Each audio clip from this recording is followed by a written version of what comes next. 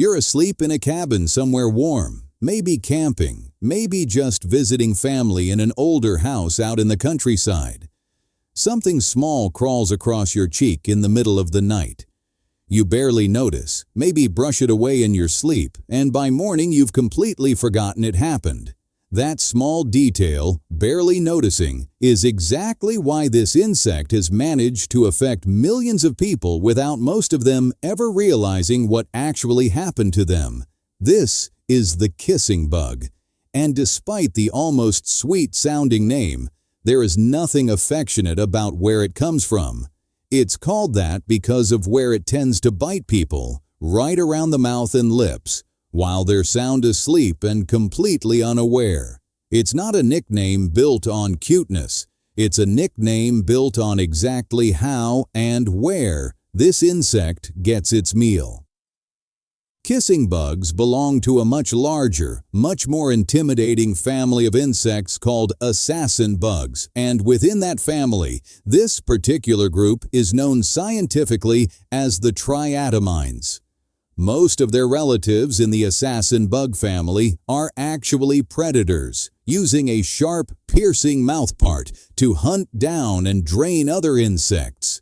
Triatomines took a different evolutionary path entirely, repurposing that same piercing mouthpart to feed on the blood of birds and mammals instead, humans included.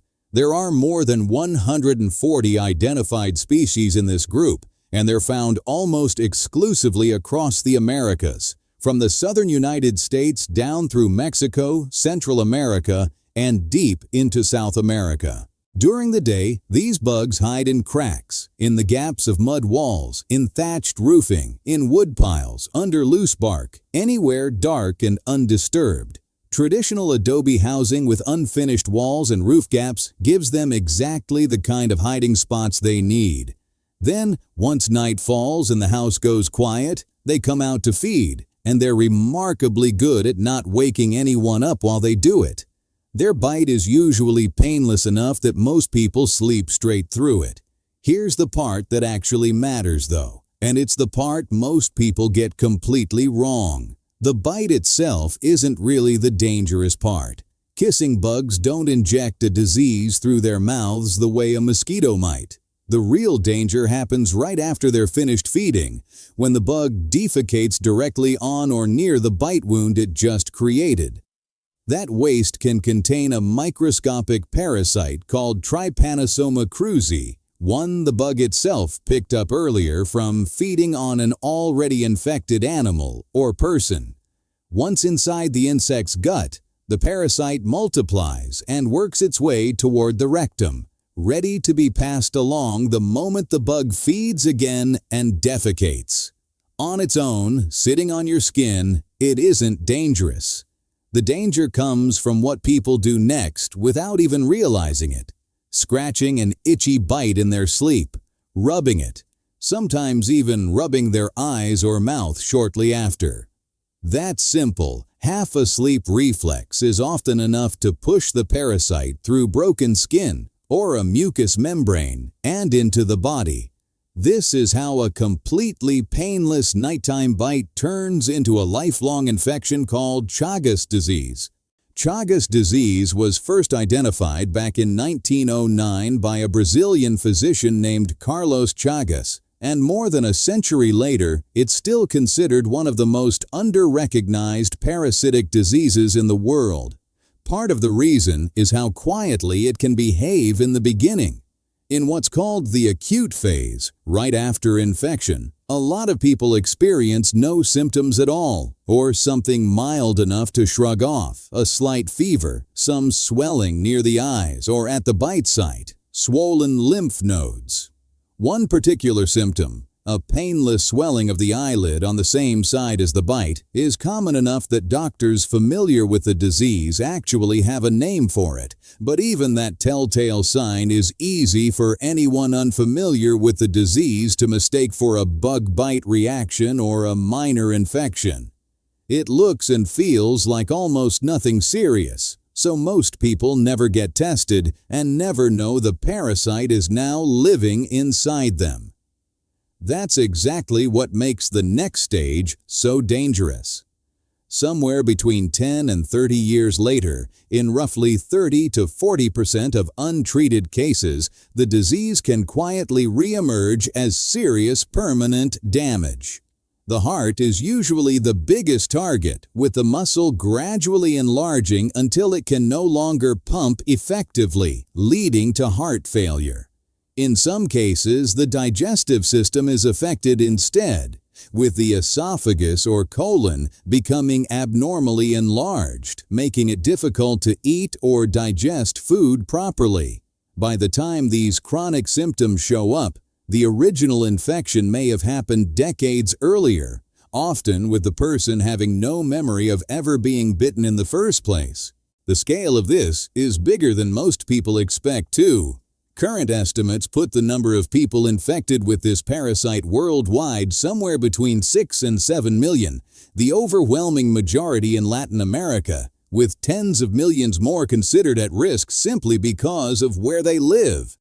Every year, this disease is linked to somewhere around 10 to 12,000 deaths, numbers that have kept the World Health Organization classifying it as a serious neglected tropical disease for years. And this isn't only a concern for people living far away in rural Latin America either. Several species of kissing bug are already established in the southern United States, including ones with names like the eastern blood-sucking cononos, and health officials have confirmed that Chagas disease is now considered endemic in parts of the country, meaning new, locally acquired cases are expected to keep showing up on a regular basis, not just in travelers coming back from abroad. Awareness among doctors in the U.S. has historically lagged behind the risk, partly because the disease was assumed for so long to be a strictly foreign problem. The bite and the feces aren't even the only way this parasite spreads. In rarer cases, it can be transmitted through contaminated food or drink, through blood transfusions or organ transplants from an infected donor, or passed directly from a mother to her baby during pregnancy or birth. Blood supply screening in most countries has dramatically reduced the transfusion risk since the practice became standard, but it shows just how many different paths this one parasite has found into the human body over time. Treatment adds another layer of urgency to all of this. The medications available right now work best when the infection is caught early. During that quiet acute phase, most people never even notice. Once the disease progresses into its chronic form, years or decades later, it becomes far harder, sometimes essentially impossible, to fully clear the parasite from the body. At that point, treatment shifts from curing the infection to simply managing the damage it's already caused, particularly to the heart. That's exactly why prevention matters so much more than most people assume for an insect most have never even heard of. In regions where these bugs are common, something as simple as sealing cracks in walls, repairing roofing, and using bed nets while sleeping can dramatically cut down the chances of ever being bitten in the first place. Something as basic as replacing a thatched roof with a solid one or plastering over exposed adobe walls removes the exact hiding spots this insect depends on to survive close to people in the first place.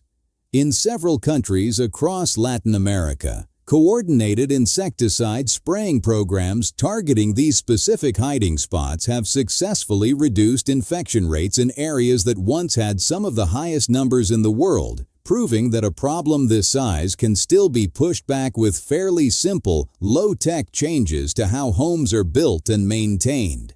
So here's the honest version of this story, minus the cute nickname. This is an insect that spends its life hiding quietly in cracks and gaps most homeowners never inspect, waiting for the one moment a house goes still and dark. It doesn't attack aggressively, it doesn't chase you down, and its bite barely registers while it's happening. The real threat isn't the bite at all. It's the invisible parasite left behind afterward, and the decades it can spend waiting silently before anyone realizes something is wrong. So the next time somebody jokes about kissing bugs like it's some harmless, funny name for an insect, you'll know exactly why that nickname exists and exactly why it's nothing to joke about. If this taught you something you didn't know about the bugs sharing your walls at night, hit that like button. It genuinely helps this channel reach more people who've never heard the real story behind that name. Let me know in the comments, had you ever heard of kissing bugs or Chagas disease before this video? Subscribe if you want more videos uncovering the truth behind the creatures most people completely misunderstand. See you in the next one.